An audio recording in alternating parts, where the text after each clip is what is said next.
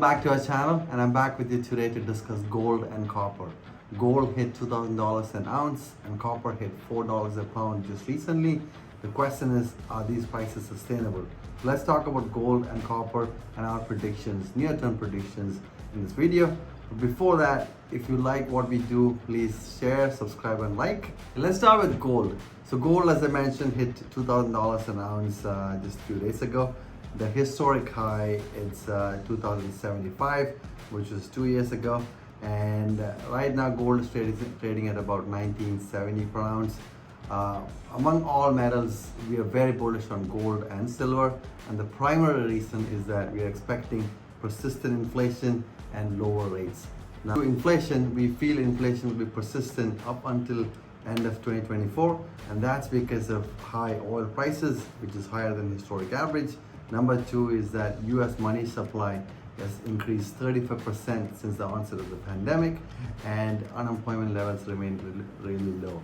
So these three factors we feel will keep inflation persistent, and also inflation well above the target rate of 2%. The second thing is interest rates. We expect the Fed to maintain their rates or even start cutting rates by the end of the year, and that's because of rising financial instability. Now, to give you an example of rising financial instability, I'm going to throw some data at you. In the US, more than 65% of individuals own home, and more than 40% of Americans have mortgages. Now, we also know that more than 50% of Americans are living paycheck to paycheck. So with rates, increasing rates, let's take a look at their mortgage payments. Since the beginning of the pandemic, $1 million mortgage holder is now paying $1,400 per month in mortgage, and someone who has $500,000 in mortgage is paying about $700 per month. Now, as I mentioned earlier, more than 50% of Americans are living paycheck to paycheck, and more than 40% of Americans have mortgages. So steep increase in mortgage payments are affecting the spending pattern of individuals. Now, when you look at institutions, they have also been hurting because of the steep decline in the value of the debt instruments due to higher rates. So we feel this steep increase in financial instability should prompt the Fed to maintain and maybe even start cutting rates in the next 6 months. So bottom line, we feel that lower rates and persistent inflation should drive gold and silver prices higher. We are projecting gold to hit $2,100 an ounce in the next 6 to 12 months. Now let's look at copper. Now recently, the IMF raised their global GDP growth forecast. Right now, they're forecasting 3% growth in 2023, up from their previous forecast of 2.8%. That's good news for copper price, copper demand.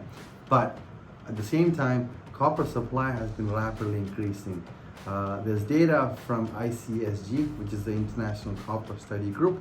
They give us their projections of copper demand and supply going forward, and we can see from the data that last year in 2022, the copper market was in a deficit of about 400,000 tons. This deficit is decreasing or expected to decrease to 100,000 tons this year, and next year they're projecting a surplus of 300,000 tons.